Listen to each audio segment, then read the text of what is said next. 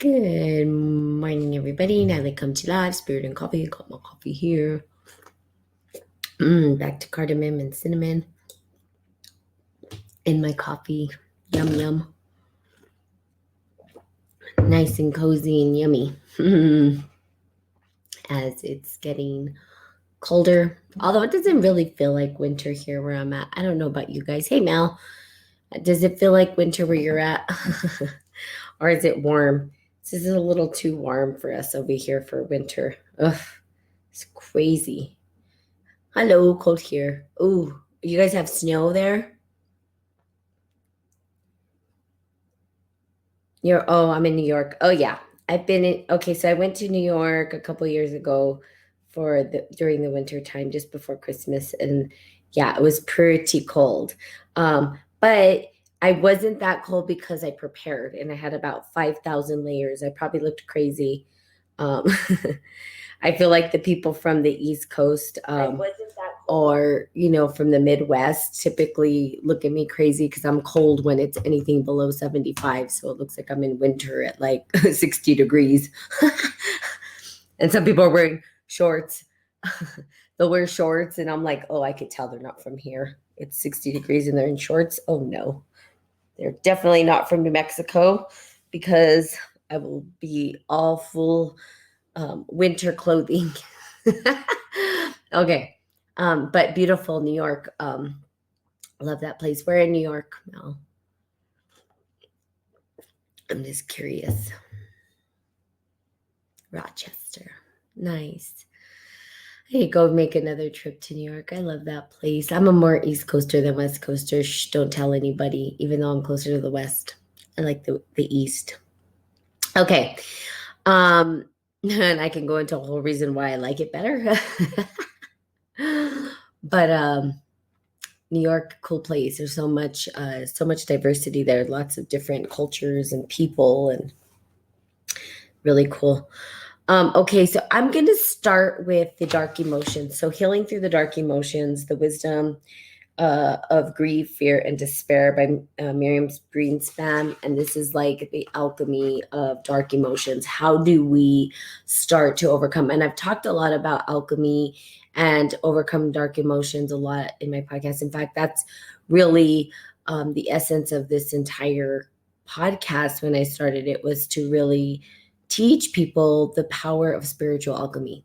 And does it take God out of the equation? No, absolutely not. In fact, it takes nothing out of the equation. It uses everything. Okay, everything. So we are today going to talk about um, the healing through the dark emotions, because right now in this world we're in what we call the dark night of the soul, or we see and feel that people are going through this tragedy, this great tragedy. If we saw it in the hero's journey, we'd be going through the tragedy, right? We're battling the demons, or we're battling there's nemesis, and we're battling the villain, the villain showing up, and we're at battle, and it's really our own internal battle, right, with ourselves. And so that causes some sort of external, right, something happens externally when we hold back those dark emotions. Villains, right, are typically born. Sometimes they automatically are that way. So if we talked about a villain, and I don't want to say these people are terrible or whatever. It's just that they process things differently, right? So we looked at the psychopath, sociopath. Those people born chemically may be different, right? But some of them are born into this craziness, right? Meaning that there's some kind of glitch within the way that they're processing their dark emotion.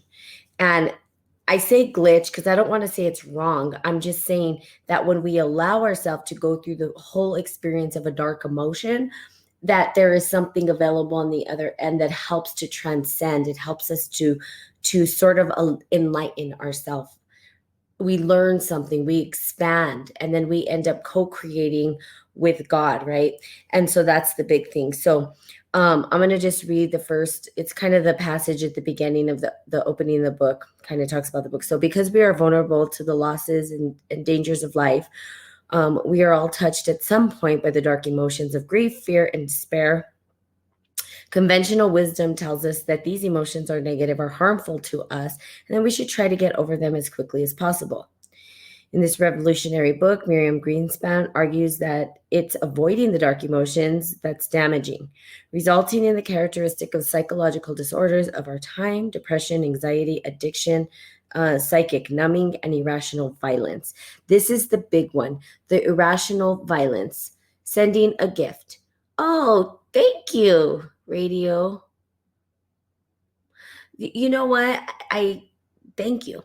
I don't know what that means, but I love the gift. It looks like a coffee or a tea. Coffee and tea. Cheers to you. I appreciate that. Bad feelings show us that we can trust the dark. Oh, let's see. Psychological. She convinces us that there's something good in bad feelings, right?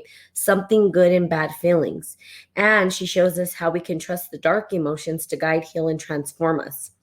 This is what I've been talking about. It's amazing. If you guys don't have this book, if you're never going to read it, that's fine. You don't have to. And if you're on Facebook, please say good morning. I don't see who's on here. But yeah, it's kind of cool that there's a book that tells us about our dark emotions. We typically don't talk about these. I know that it's popping up everywhere now because we're in this state where people are trying to understand how to heal from all of the pain that they've held on to for so long. And they're looking for answers.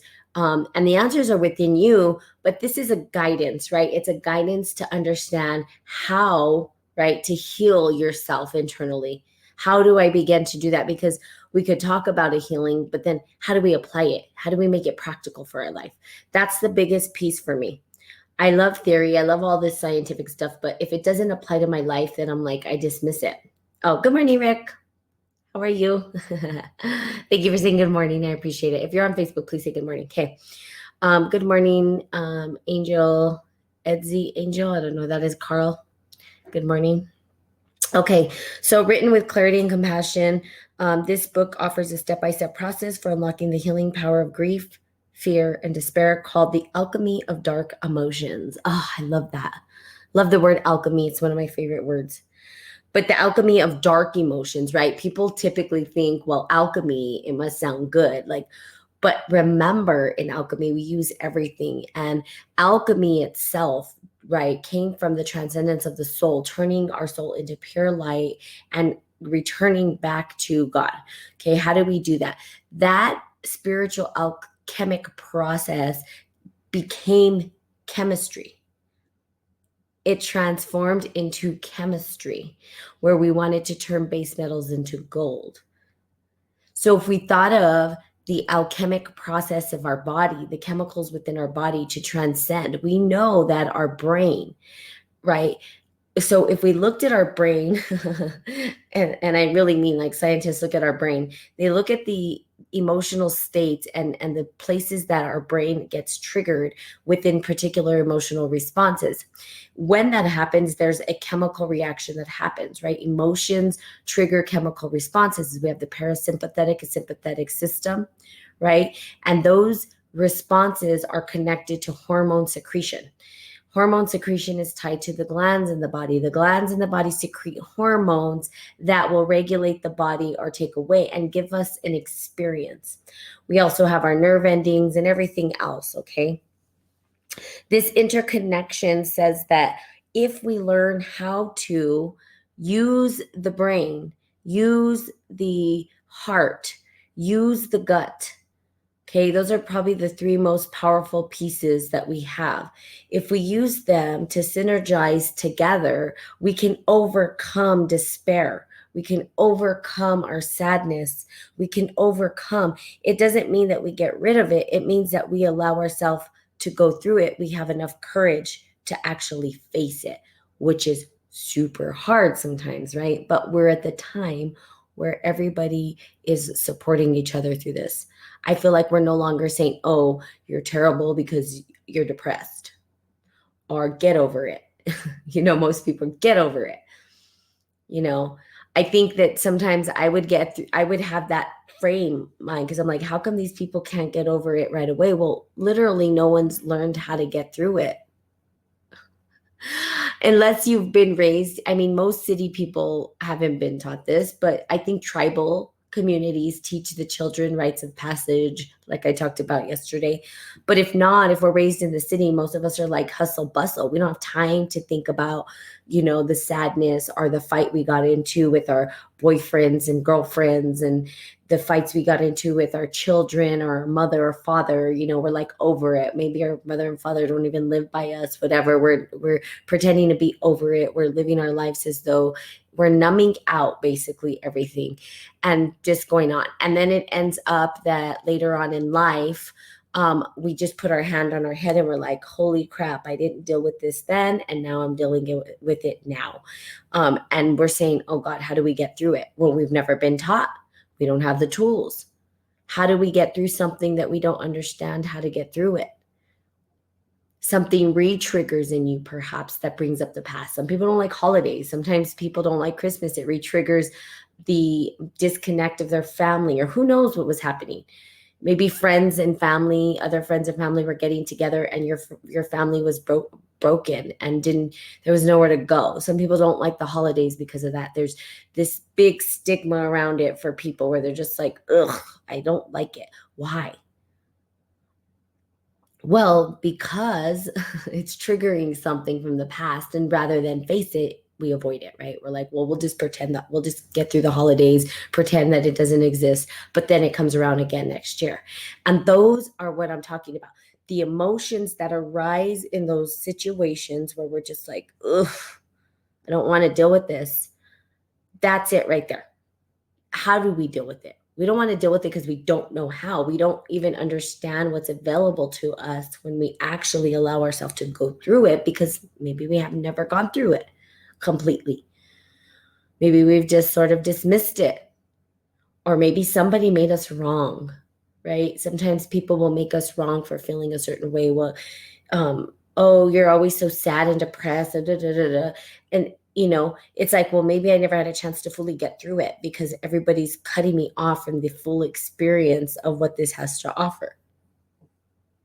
Watch Inside Out. That's a really great movie.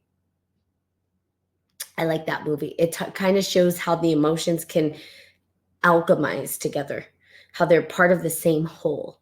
They seem separate, but really they bring us back to joy and harmony and peace. And that's the game plan, right? Brita will always bring us back to love. So this morning I was thinking about the alchemic process of dark emotion. And I wrote a myth story just recently for one of my classes. And in the myth story, realized that really we're all just want to return to love. God, love. So how do we then use these dark emotions to remind us and return to love again? It's hard. It's easier said than done. It sounds so magical and beautiful, but really in the practice, it's not. It's pretty ugly and messy. It's like having a child, right? Having a child sounds beautiful, but in the process of having a child, it's messy, right? There's a bunch of junk that comes out. I don't know if y'all ever seen somebody be born, but the beautiful baby comes out, but before that, whatever comes out is messy. And what comes out after is messy, right? The placenta, all this stuff is bleh. It's just a big chaotic mess. So it sounds beautiful, like, ooh, this new birth, but then the process of it is not as beautiful. Some people could say it is. Like, you could find the beauty in it, and that's the purpose. The purpose is to find the beauty in the mess, in the, I'm just going to say it. If you throw up and puke, that's not always the best thing ever, right? It's kind of like, oof, but can you find the beauty in it? Well, yeah, as soon as I expel this stuff from me, I feel better, right? I also know that whatever came out of me is no longer toxifying my body. It's like there's this beauty in it as well, right? And it's also awesome that our body has a response system to be able to do that. Yeah, cleansing and purging, right? Getting rid of all the toxins in us. And it's messy. It's a messy thing. So coming back to love, when you're like, oh, I'm just going to turn my hatred and my anger and my despair into love. And people are like, yeah. And then it's like, okay, now go practice that. Then you get out into traffic. You know me, I like to talk about traffic, and you want to You want to punch somebody for cutting you off in the freeway at 100 miles an hour and almost ramming you off the road. You know what I mean? It's like, how do you turn that anger into love quickly? I sort of just laugh about it. That's my way of doing it. Like, oh, people, come on. So even though there's beauty in the words, the practice again can be messy, and that's okay. Okay. The alchemy of dark emotion. Surprisingly, when we find courage to move toward our pain and inhibit it fully, something magical happens. Grief leads us into a state of gratitude. Fear delivers us to joy, and despair is a doorway to a more resilient faith in life. Drawing on inspiring examples from the private practice, integrating some unforgettable stories from her personal life, and including a practical course of emotional exercises, Greenspan teaches us the art and magic of befriending the dark emotions. Good morning, Blue. Befriending the dark emotions. Befriending it. It's like it's like this. Okay, so and sometimes this happens, and maybe you guys have this kind of a story. I'm not sure. But you are take you back to elementary school, okay? And you go to elementary school, and there's these kids, and maybe this kid is cruel to you. And maybe you finally stand up and hash it out, and then before you know it, you're best friends. So you sort of befriended, right, the confrontation. And after the befriending of the confrontation, now you become best pals. This happens in life.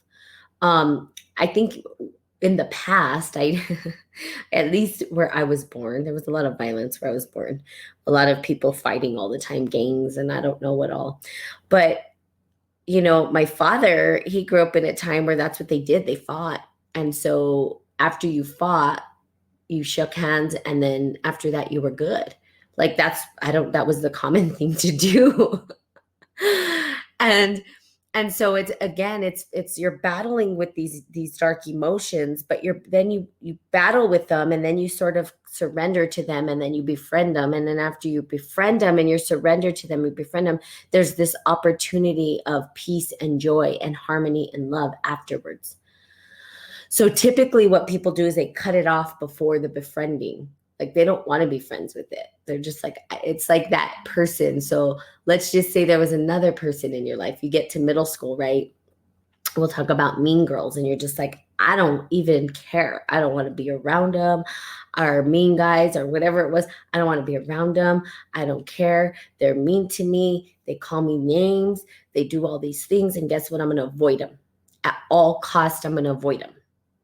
And, sometimes you eat lunch by yourself in a quiet little area in the corner so that nobody knows you're there. Okay. That's a good example to give, because I think everybody has their high school stories, right? And middle school stories. Oof, they're the hardest times in life, I think. Oof. And so again, it's there. And then it's befriending that alone time, right? It would be like, okay, well, now I'm alone in this corner. Then how do I go through this and forgive these people who are doing this? And so if it was you, if every character in this story was you, you're really just forgiving yourself, right? You're forgiving yourself over and over and over again. And you're allowing yourself to move through the emotional states of being. That sometimes takes alone time. Mostly it takes a long time, actually. Hopefully you're okay with being alone. Being alone with your own thoughts. And I think that's what people do. They typically will say, well, good morning, Zahara. Good morning, Manuel. They'll typically pull away, right?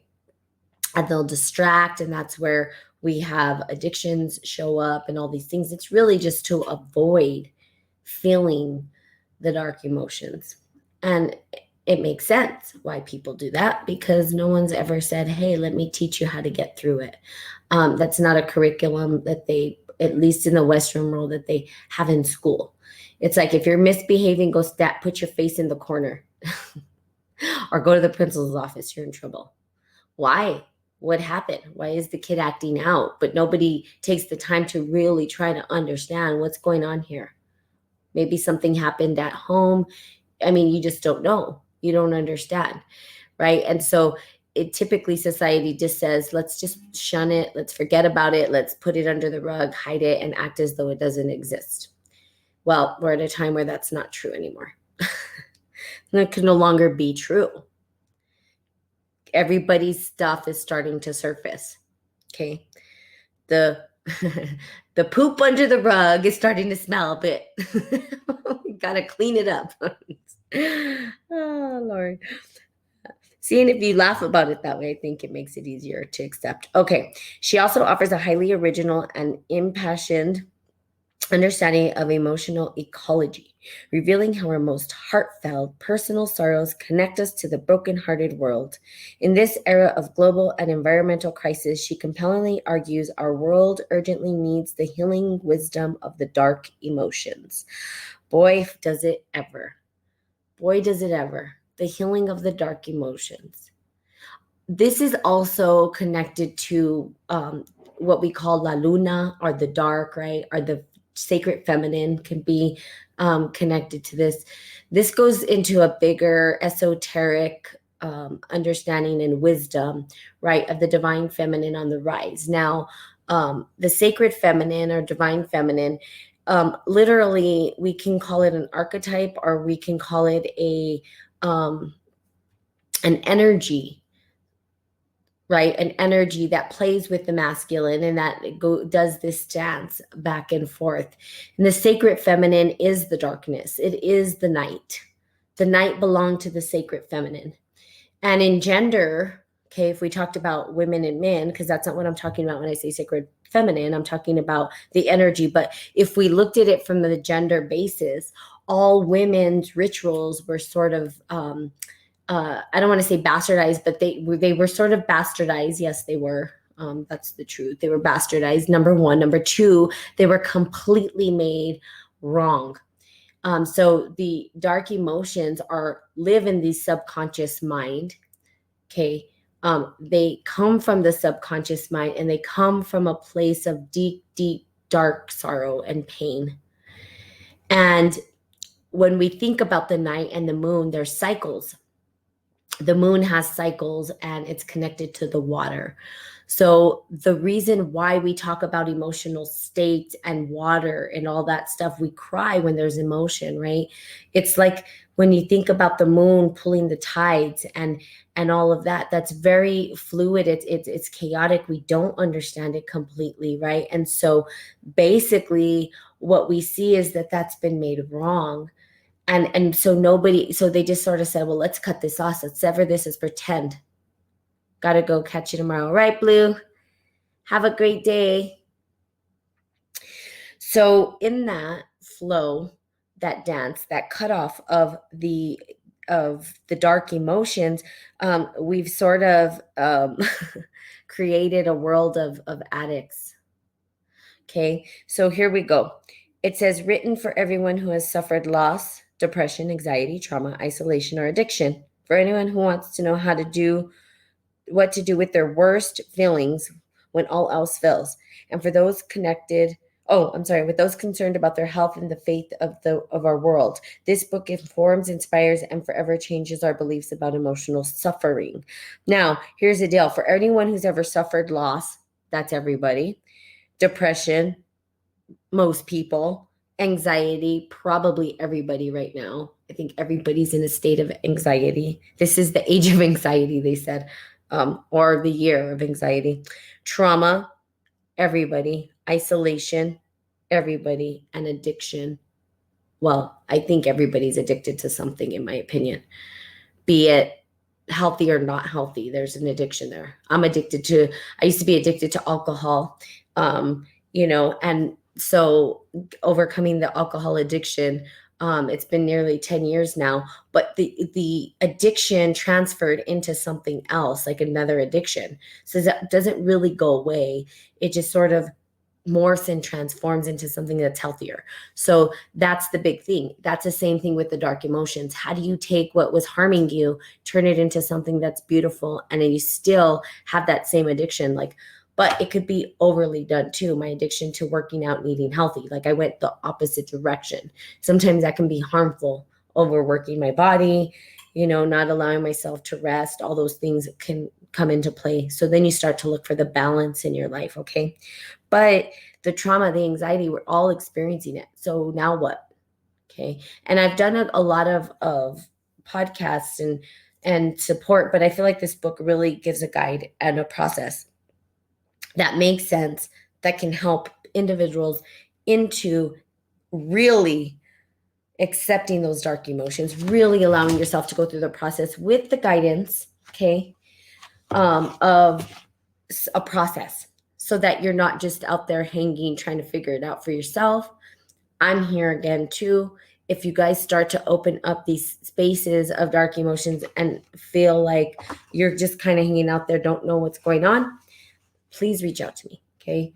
Because it can be kind of hard once this stuff really starts to surface, really surface. Not just kind of, but we start to really go through the process of healing. Okay, I have a friend right now who's going through that, and really proud of them because they're willing to listen to the feedback of individuals, which is not easy. That's part of it. It's listening to how you make others feel when you're in an energetic state of being. So if you're depressed or anxious or whatever it is, when you're engaging with somebody else, they're feeling your experience, they're feeling your energy, and they respond in a certain way to that energy. But hearing the feedback about the way it makes them feel is an opening for you to heal the dark emotions as well. Not an easy process to go through either, because sometimes people say things that we don't want to hear. We want to feel like people like us. We're like, so give me feedback. There's been times like, give me feedback. And then I'm like, oh man, that's not what I expected. Whoops. And then I say, awesome, thank you for it. And I will look into that. And then what it did is it helped me grow as an individual, because of course, we want it in our head. We think we know who we are. And sometimes the outside world doesn't see us the way we think we are. And that's big. That's big, because how is our energy being received? And if we hear the common theme, like for instance, if someone calls you an asshole and it's just one person for that one day and you're like, whatever, I'm not an asshole, so you don't care. But let's just say everybody starts calling you an a-hole. And 1, 2, 3, 4, 5, 6, 10 people. I mean, you got to listen to that or not. But if you're wanting to heal through dark emotions, you got to kind of figure out, well, why? Why are people calling me this? What am I internally doing? And then you start to open up, right, your heart to really receive the message that's coming through the external. It's the projectiles that are talking to you. They're telling you something. Okay. And you're like, oh, well, maybe I am an asshole, but why? Why am I an asshole? Am I an asshole because maybe I'm just having a bad day and I don't want to take it out on them, but maybe I do. Maybe in some way they can feel it, or whatever it is. Okay. So we're going to get tomorrow, I'm going to get into the introduction. And then we will start this book because I want to start it right away. I'm excited to start it. I think it's time. I think it's really relevant right now anyway. I think people are ready. And I'm here to support through this process. So whatever you're going through, please, please, please don't hesitate to reach out to me because I'm here. That's what I'm here for. That's why I exist. Okay, so I'm just going to do the introduction with read this passage by Carl Jung. One does not become enlightened by imagining figures of light, but by making the darkness conscious. Okay, so I'll read that again. I'm going to post this on my Facebook. One does not become enlightened by imagining figures of light, but by making the darkness conscious. So, in other words, we can't just conceptualize the idea of being enlightened or the idea of coming to the light. We actually have to put it into practice. And that means practicing the alchemic transformation, right? The alchemic process of the dark emotions into light in you internally. Okay, this is what Jesus talked about. This is what Buddha talked about. This is what Miriam Greenspan is talking about. It's what I'm talking about. It's nothing new, but it has been sort of dimmed Like this is information that people haven't shared, and they've kept us away from it for so long that we've become so far detached from our dark emotions and how to utilize them, that we have a world full of suffering right now. That's really what we're seeing. We're seeing a world full, and I'm not saying the suffering goes away, but people are in suffering and don't understand how to maneuver through it. To get out to the other side, not to fully, but how to get through it and how to utilize it, because it can be your greatest ally. Remember that the dark emotions become your greatest ally. They help you. They're there to guide you, even though it may not feel like it. So I want you guys to be able to understand that through this book, and I will continue reading it. Okay, so there you have it, our beautiful Tuesday morning. And I love you guys. Stay on your goals. I'm praying for each and every one of you. Please pray for me as well. But have a radiant day. And remember, we're here for each other through every step of the way. Okay? So I love you guys. Have a fantastic day. And I'm going to enjoy my coffee. And I'll see you tomorrow. Bye-bye.